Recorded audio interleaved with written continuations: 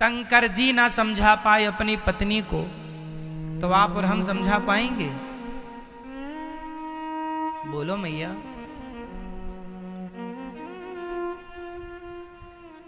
आज तक क्या रावण को मंदोदरी समझा पाई? क्या रावण को विभीषण समझा पाए? क्या कैकेयी को दशरथ जी समझा पाए?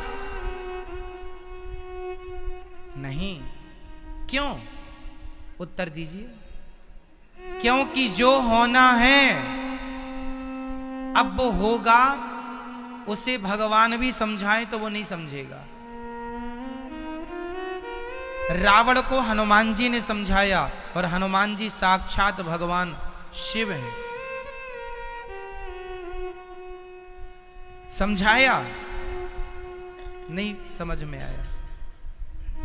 कई बार आपकी माँ भी आपको समझाती है, बेटा ये रास्ता नहीं, बेटा ये गलत है, पर बच्चों को लगता है हम सही, हमारी माँ बेवकूफ है, हमारी माँ पागल है, हमारी माँ बाप अनपढ़ है। वो वही करता है और अंत में उसका परिणाम गलत होता है। और आप माँ बाप कहते हैं, महाराज जी हमारे बच्चे सुनते नहीं हैं। समझाना तुम्हारा धर्म है, समझाओ, पर नहीं समझे तो अब चिंता ना करो, भगवान में मन लगाओ। अब जो होना होगा, कहते हैं विनाश काले विपरीत बुद्धि, जाको प्रभु दारुण दुख देही, ताकि मति पहले हर लेही। जिसको ईश्वर दुख देना चाहते हैं, उसकी मति पहले हरण कर लेते हैं विधाता। ये ईश्वर का दंड है, ये ईश्वर का दंड है। भगवान इस कलयुग में किसी को धनुष बाण से नहीं मारेंगे, किसी को सुदर्शन चक्र से नहीं मारेंगे। तुम्हारी बुद्धि बिगाड़ देंगे, तुम अपने आप गलत काम करोगे, और गलत काम करोगे तो फिर भोगोगे, वही तुम्हारा दंड होगा। इसलिए भगवान से सदा यही कहो कि नाथ मैं आपको कभी भूलूं नहीं, मेरी बुद्धि कभी ना बिगड़े, कभी भगवान को छोड़कर, भगवान के चरणों को छोड़कर मेरा मन मेरी बुद्धि कहीं लगे ही ना। ये कहना चाहिए रोज। पूरा खेल बुद्धि का है। 20 साल के रिश्ते जरा से गुस्से में बिगाड़ लेते हैं कि नहीं लोग? बोलो मैया। अच्छे खासे रिश्ते 2 मिनट के गुस्सा में बिगड़ जाते हैं, और गुस्सा जाता है, फिर लगता है बड़ा गलत हो गया, हमने बड़ा गलत कह दिया। अब पछताए होते क्या जब चिड़िया चुग गई खेत। तीर कमान से बात जवान से निकल गई सो निकल गई।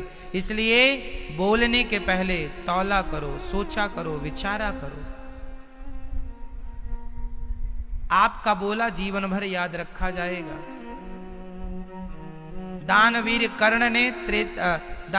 कर्ण ने द्वापर में ही तो बोला था। आज से 5-5.5 हजार साल पहले बोला था कि द्रौपदी तेरे 5 पति हैं, छठवा मुझे बना ले।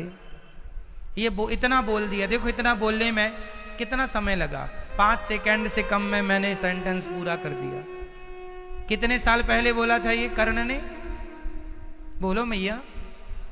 5.5 हजार साल पहले, द्वापर युग में। लेकिन 5.5 हजार साल बाद भी उसका बोला शब्द आज भी जिंदा है कि नहीं? हम मर जाएंगे, हमारे कहे शब्द अमर हो जाएंगे मेरी माँ, हमारी वाणी अमर हो जाएगी।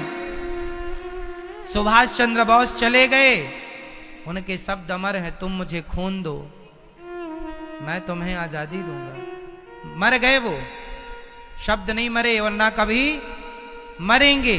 मीरा मर गई, उसके शब्द जिंदा है, मेरे तो गिरधर गोपाल दूसरों ना कोई। मर गई।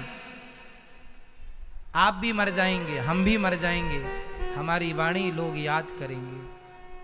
आपके कर्म को, आपके व्यवहार को, आपके संस्कारों को लोग याद करेंगे। तुलसीदास जी कहाँ हैं? चले गए, आज भी उनकी वाणी जिंदा है। सिया राम मैं सब जग जाने। कबीरदास जी चले गए, आज भी उनकी वाणी जिंदा है। इसलिए बोला करो, विचार करके बोला करो। तुम्हारी अच्छाई भी रह जाएगी और तुम्हारी बुराई भी रह जाएगी। शब्द तो दुर्योधन के भी जिंदा हैं आज तक। आजा मेरी जंघा पर बैठ जा द्रौपदी, ये सेंटेंस आज भी जिंदा है, लोग कहते हैं। और सेंटेंस तो द्रौपदी का भी जिंदा है। द्रौपदी भी कहती हैं अंधों के अंधे होते हैं। ये भी आज 5,500 साल पुरानी बातें हैं, लेकिन बातें अमर हैं। शब्द कभी मरता नहीं है, वाणी कभी मरती नहीं है, शब्द कभी मिटता नहीं है, बना रहता है ब्रह्मांड में। साइंस भी इस बात को मानती है। बस मेरी मां, आपसे मेरी यही विनती और प्रार्थना है कि कभी आप ये ना सोचना कि आप कुछ कर रहे हैं। हर चीज के पीछे ईश्वर की कृपा है। ये पत्ता हिल रहा है, मैं यूं हाथ हिला रहा हूं, ये भी ईश्वर की मर्जी है। उसके बिना पत्ता नहीं हिलता। तो फिर आप तुरंत मुझसे एक सवाल कर सकते हैं, महाराज जी फिर चोर चोरी करता है तो दंड चोर को नहीं भगवान को मिलना चाहिए, क्योंकि भगवान की मर्जी से चोरी हुई, क्योंकि पत्ता तो भगवान की मर्जी के बिना हिलता ही नहीं। चोर गलती करता है, गलत काम करता है, पकड़ा जाता है तो दंड भी मिलता है। एक्चुअली आपने किसी जन्म में कोई पाप किए होंगे तो पाप तो भोगना पड़ेगा। तो कैसे भोगेंगे?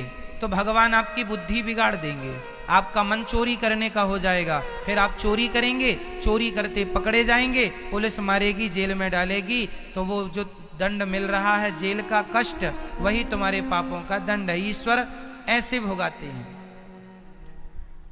इसलिए भगवान ने थोड़ी कहा था कि तुम गलत करो, तुम क्यों पाप करते हो।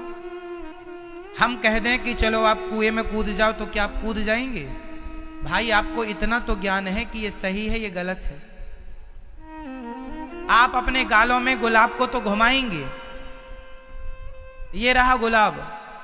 कोई भी अपने गालों में गुलाब को तो घुमा सकता है, फेर सकता है, लेकिन आप कांटे को तो अपने गालों में नहीं फेर सकते, क्योंकि आपको पता है कि इससे चोट लग जाएगी। मतलब इतना ज्ञान है ना आपको कि ये सही है, वो गलत है। इसलिए ईश्वर ने इतनी समझ दे रखी है कि आपको ये पता है क्या सही है क्या गलत। तो फिर आप गलत क्यों करते हैं? और यदि आप गलत करते हैं तो फिर उस गलत के जिम्मेदार भी आप ही होंगे, उसका दंड भी आपको ही मिलेगा। आपके पास दोनों तो ऑप्शन है ना। मेरे पास दूध भी है और शराब भी है, मुझे क्या पीना है? मुझे इतना पता है ना कि शराब नुकसानदायक है और दूध फायदेमंद है, ये पता है ना। तो क्यों आपने शराब का चुनाव किया? क्यों चुने? पर अब पिए हो तो कैंसर तो होगा, किडनियां तो खराब होंगी, बीमार तो पड़ोगे, समय के पहले तो मारे जाओगे। फिर क्यों रोते हो कि हम चले गए, ये खराब हो गया, वो खराब हो गया।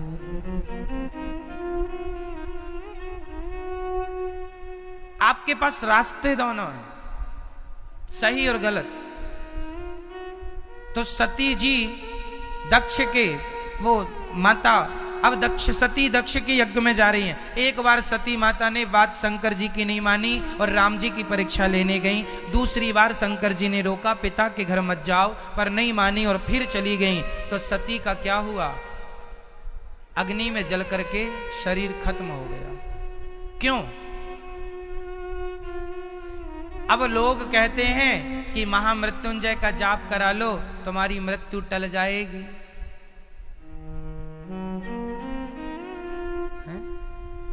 टल जाएगी? तो सती जी की काहे नहीं टल गई? सती जी के तो पति ही शंकर जी हैं। बताओ, शंकर जी अपनी पत्नी की क्या मृत्यु टाल पाए? बोलो जी। नहीं, तो हमारी और तुम्हारी टाल देंगे। और टालेंगे भी तो कितने दिन टालेंगे? साल भर, 2 साल, 10 साल? अमर तो नहीं हो जाओगे कि महामृत्युंजय जब के अमर हो जाओगे? मरोगे ही नहीं। माता सती जल करके भस्म हो गई। शंकर जी रोक ना पाए। प्रश्न खड़ा हुआ, क्यों नहीं रोक पाए? क्योंकि हरि इच्छा भावी बलवाना, जो होना है होके रहेगा, उसे ना ब्रह्मा जी रोक सकते हैं, ना भगवान शिव रोक सकते हैं, ना स्वयं भगवान नारायण रोक सकते हैं। क्यों? क्योंकि विधान है, संविधान बन गया है। संविधान जिस व्यक्ति ने बनाया है, यदि वो भी कोई अब संविधान का उल्लंघन करेंगे तो संविधान के तहत दंड उन्हें भी तो मिलेगा, जिन्होंने संविधान को बनाया है। बना दिया तो सबके लिए बना, मेरे लिए और आपके लिए भी। इसलिए इस मृत्यु लोक में राम आए तो उनके पिता भी तो मरे। क्या भगवान के पिता को मरना नहीं पड़ा? बोलो जी। दशरथ जी मरे कि नहीं? चाहते तो वो भगवान के पिता थे। राम जी मृत्यु यमराज जिनके चरणों में बैठे रहते हैं, भगवान राम के चरणों में मृत्यु यमराज सब हाथ जोड़े गिड़गिड़ाते रहते हैं। वो भगवान चाहते तो अपने पिता को बचा ना लेते? नहीं बचाए। क्यों? क्योंकि मैं अपने पिता को बचा लूंगा तो कल मेरे भक्त कहेंगे, अच्छा अपने पिता को बचा लिया, हमें नहीं बचाया। तो भगवान कहते हैं, मेरा विधान दुनिया के हर भक्त के लिए एक सा है, चाहे उसमें मेरा बाप हो, मेरी माँ हो या मेरा भक्त हो। भगवान जो कर सकते हैं करते हैं,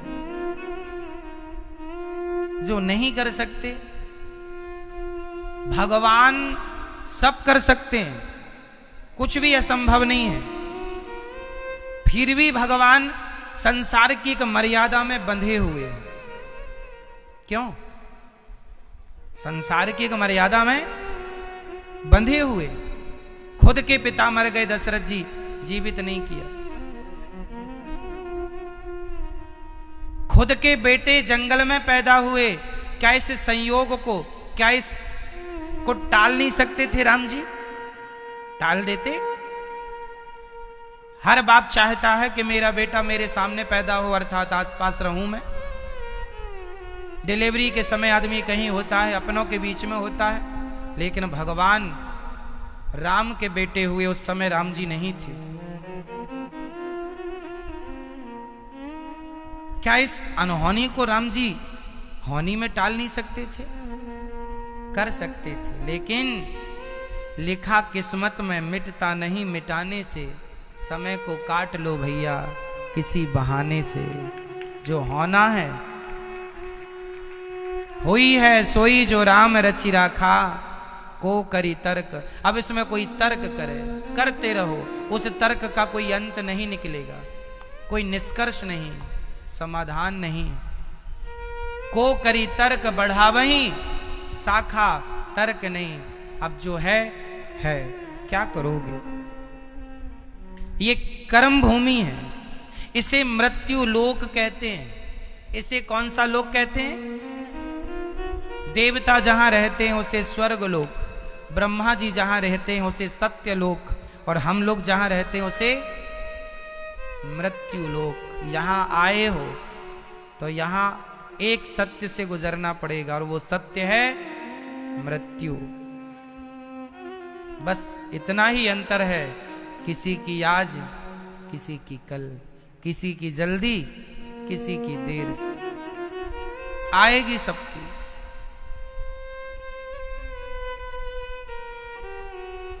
इसलिए इस शरीर से, इस जिंदगी से, इन लोगों से ज्यादा प्यार ना करना, भगवान से प्रेम बढ़ाओ, भगवान की शरण में रहो।